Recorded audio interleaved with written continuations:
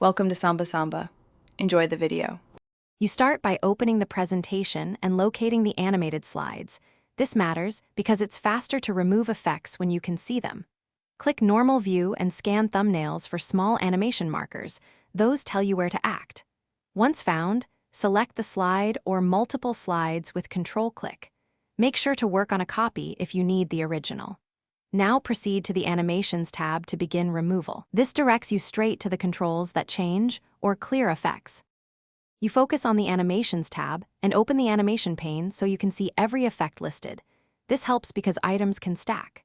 Select each object in the pane or on the slide, then click Remove or choose None from the Effect drop-down to clear entrance, emphasis, or exit effects. Once done, switch to the Transitions tab and set transition to none so slide advances are plain. Make sure to clear after and on click timings, otherwise a hidden transition may remain active.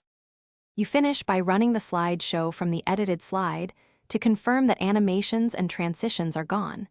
This verifies your work in context.